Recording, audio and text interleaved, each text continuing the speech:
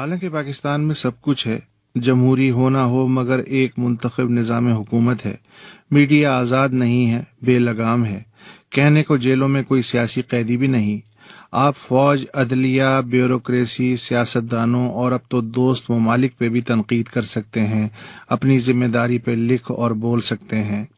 اکثریت کو یہ خطرہ بھی نہیں کہ آدھی رات کو دستک ہوگی اور گھر کا ایک بندہ کم ہو جائے گا یا سودا لینے یا نماز پڑھنے جائے گا اور پھر نہیں آئے گا۔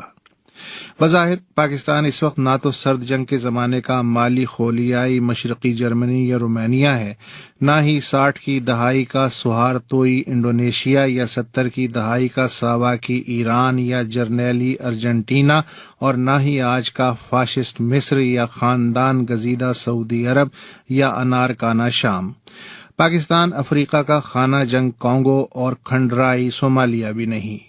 یہاں پیٹرول سستا ہے، بازار اشیاء خرد و نوش سے بھرے ہیں، ریسٹورنٹس پہ بھی رش کم نہیں، ادبی و ثقافتی پروگرام بھی حسب سابق جاری ہیں، کتابیں بھی دھڑا دھڑ چھپ رہی ہیں، فلمی صنعت بھی قبر سے باہر آ رہی ہے، لوگ لطیفے سناتے بھی ہیں، ان پہ ہنستے بھی ہیں، اور موبائل فون کے سیلفیانہ بخار میں بھی باقی دنیا کی طرح پھکتے ہیں۔ کرپشن کو ہنس کے یہاں بھی ایسے ہی ٹالا جاتا ہے جیسے نائجیریا، بنگلہ دیش، بھارت، افغانستان وغیرہ میں۔ امریکہ کو کھل کے گالی دینا بھی حسب سابق ہے۔ پاکستان میں عمومی عدم تحفظ کے باوجود مساجد، امام باڑے، گرجے، مندر اور شادی ہال ویسے ہی کھچا کھچ بھرے ہیں جیسے بھرے ہونے چاہیے۔ معاشقوں پر بھی اتنی ہی روک ٹوک ہے جتنی ہمارے بچپن میں تھی، تاکہ جھانکی کی شرح میں بھی کوئی کمی نہیں آئی، ٹی وی کی فحاشی و عریانی پر بھی وہی چیخو پکار ہے جیسی ٹی وی آنے سے پہلے تھی، قوانین اور ان پہ عمل درآمد اتنا ہی مزہ کا خیز ہے جتنا کسی بھی ترقی پذیر ملک میں ہوتا ہے۔ بھکاری سے لے کے صنعت کار تک سب ہی کل کی طرح روتے بھی جاتے ہیں، کماتے بھی جاتے ہیں اور ٹیکس بھی نہیں دینا چاہتے۔ منافقت کا گراف بھی ویسا ہی ہے جیسا کہ دھینگا مشت انسانی معاشروں میں ہوتا ہے۔ شراب اتنے ہی لوگ چھپ کے پیتے ہیں جتنے کبھی کھلم کھلا پیتے تھے۔ حرام و حلال کے انفرادی پیمانے جیسے پہلے تھے ویسے ہی آج بھی ہیں۔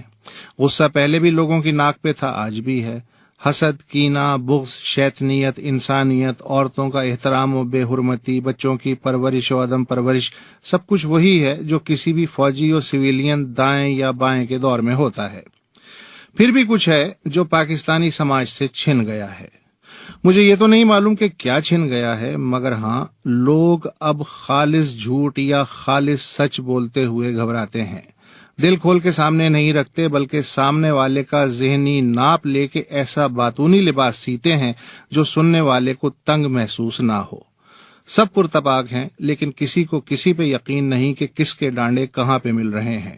میرے منہ سے نکلی بات کا دوسرا کیا مطلب لے گا اور اس پہ کیا رد عمل دے گا، یہ رد عمل فوری ہوگا یا بعد میں کسی اور شکل میں سامنے آئے گا۔ سب بظاہر ایک دوسرے کو فیس ویلیو پہ لے رہے ہیں، الفاظ وہی ہیں مگر گودا غائب ہے، میز پر گفتگو کے چھلکوں کا نادیدہ انبار ہے،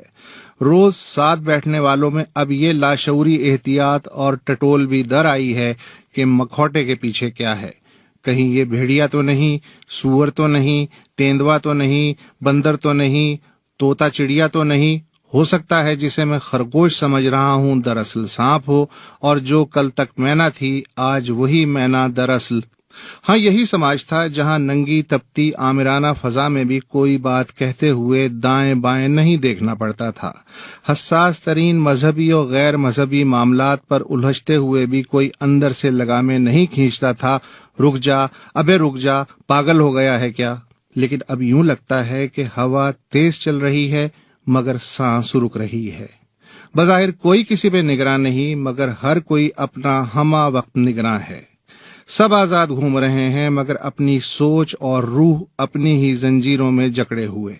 صرف اس لالچ میں کہ اس جیسی کیسی زندگی کے چند دن اور میسر آ جائیں کہ جس زندگی سے ہر کوئی تنگ ہے۔